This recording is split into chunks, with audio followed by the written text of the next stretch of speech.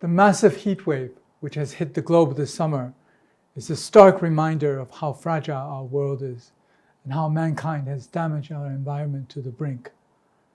Many countries in Europe, China, and even North America have been hit hard by the heat wave, to the point where rivers and lakes have run dry. It is hence appropriate for us to take a look what has been brought forth as one of the means to address this and related issues, namely ESG, environment, social responsibility, and governance. To speak about ESG, we have to go back to the early days of the 21st century. It was a time of rapid globalization that included especially the industrialization of the global south, and China stood out in the field.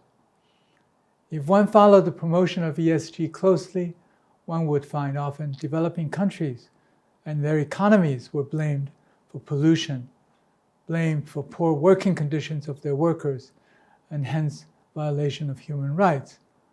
Again, China stood out as the most blamed, as China's rapid pace of development outshined all. But for most, raising the issue of ESG is really to ask the developing countries to be more environmentally friendly, socially responsible, and have more sophisticated governance in their development efforts. What we had as good intentions in the early days of the 21st century for developing countries has been pushed by neoliberalism to be what is considered politically correct. Hence, this has now become a theme for development agencies and government bodies to promote. In effect, promotion of ESG actually is only in practical terms impacting a very small part of society, namely business enterprises.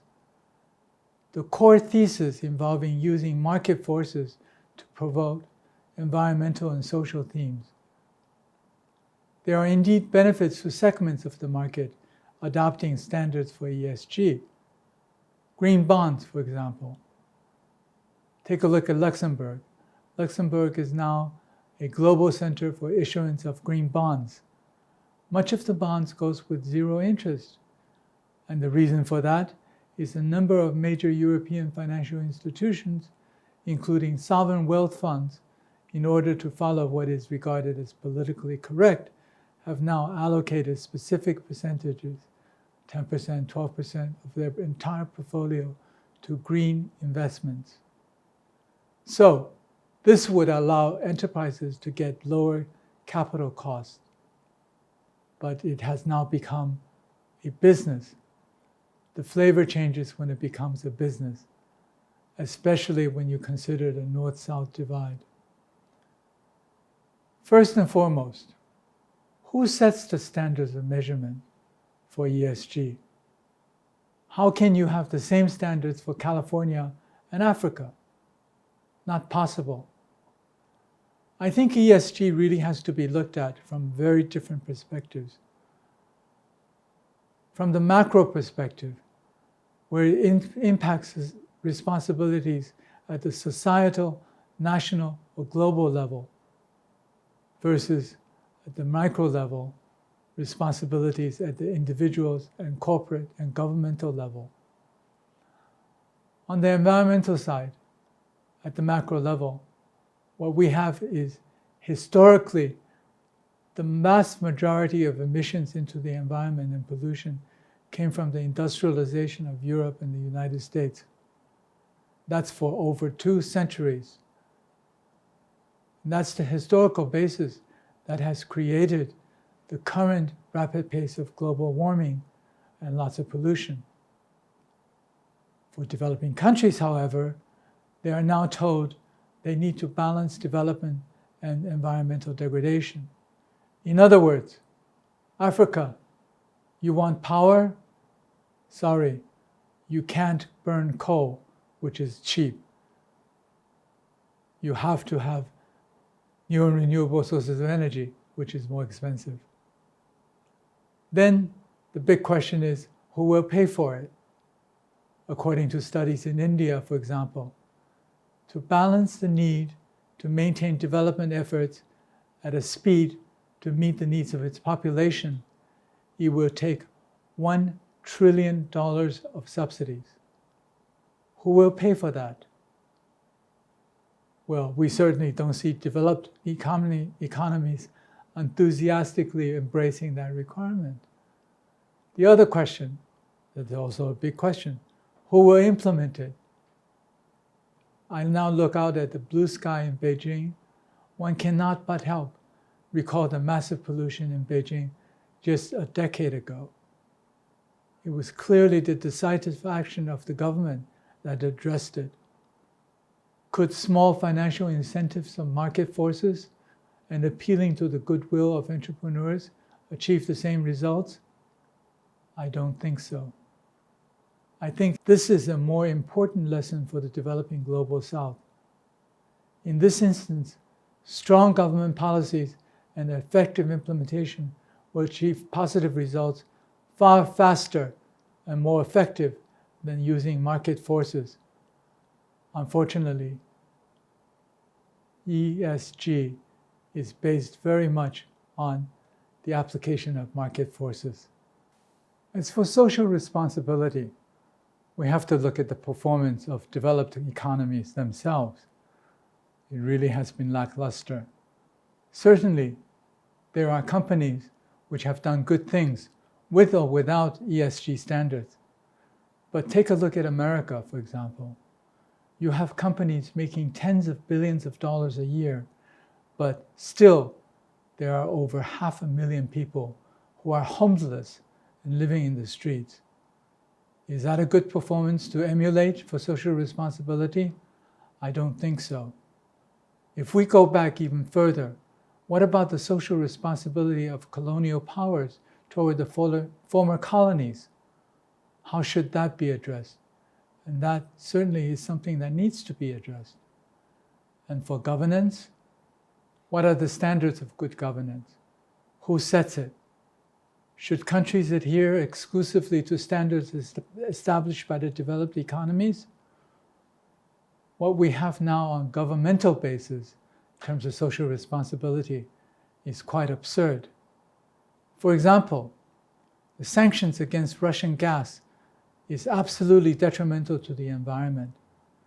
Germany, because of sanctions against Russian gas, is now burning coal and trying to reopen coal-fired power plants, which emits a lot more pollutants into the air and contributes significantly to global warming. Is that good social responsibility and governance? What about social responsibility of government for the well-being of your people? The sanctions are also impacting the European population in terms of its food and energy supplies.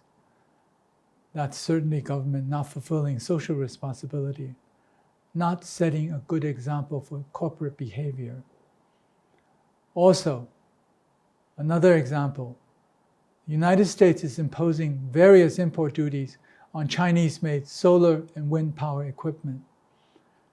China, because of its strong supply chain and its massive market creating economies of scale, was able to produce and is producing now over 80% of the world's solar equipment at a high quality and significantly lower cost. Solar and wind, of course, are much cleaner, much better for the environment than coal-fired power plants. Now, imposing import duties means slowing the adoption of solar and wind power in the United States, or making it just more costly and less effective in terms of reducing carbon emission. In fact, US and the European Union have been calling on China not to finance coal-fired power plants for developing countries anymore. I can well imagine people in Africa saying, you now have everything you want in terms of power. You're telling us we can't have power because, sorry, if you can't afford new and renewable sources of energy, you can't have power. That's not right. There are just too many potential conflict of interest to allow ESG to become an important global positive force, especially if governments are now politicizing ESG.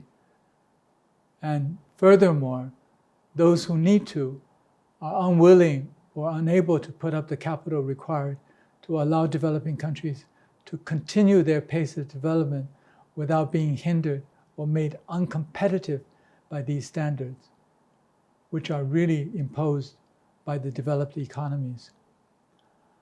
I mentioned before that it's gone from a good idea of wanting to do good to become something which is considered politically correct, but now it's become a business. Why has it become a business? Major accounting firms worldwide, at least the big four, and consulting firms, and even investment banks are now setting up divisions, recruiting people to help companies meet ESG standards for a fee. That's how it's become a business. Why? We now have an expression on Wall Street called greenwashing. What does greenwashing mean? It is to make your books look good, look like it conforms to ESG standards, so that you can promote your brand as being green and also access cheaper capital. That's how it became a business.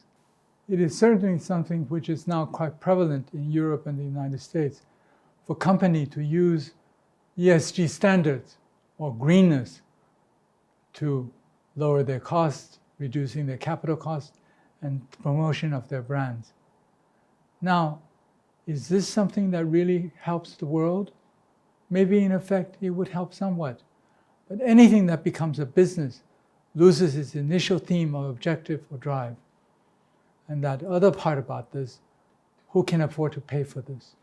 To pay for the advisors, the consultants, and so on and so forth, to make you look green, certainly not developing country companies, unfortunately.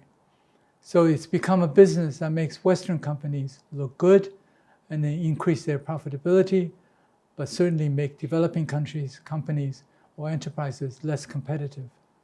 I think there's some issues to be considered here as well. I come into contact with a number of firms in the business, and they're all helping publicly listed companies throughout the world in making what they themselves admit is greenwashing. Unfortunately, small and medium-sized enterprises, even some of the larger enterprises in developing countries, cannot afford that luxury. So again, it's the global south which will lose out in the process. I certainly hope that the Chinese government does not promote ESG as a standard, but to set different standards for environmental friendliness and social responsibility, and of course corporate governance. It need not abide by what has been promoted by the West. In summary, I'm not optimistic ESG, as promoted in the last decade or decade and a half, will create sufficient impact to address the rapidly deteriorating environment, severe social injustices which prevail within and between countries. Even though the world has benefited from these issues being brought to the attention of the public, but ESG, as it stands now, is probably not the thing that will make the difference. It will take serious global collaboration, strong governmental policies, and serious implementation by governments, and a significant financial contribution from the developed Western world to have true impact. Time is now. Thank you.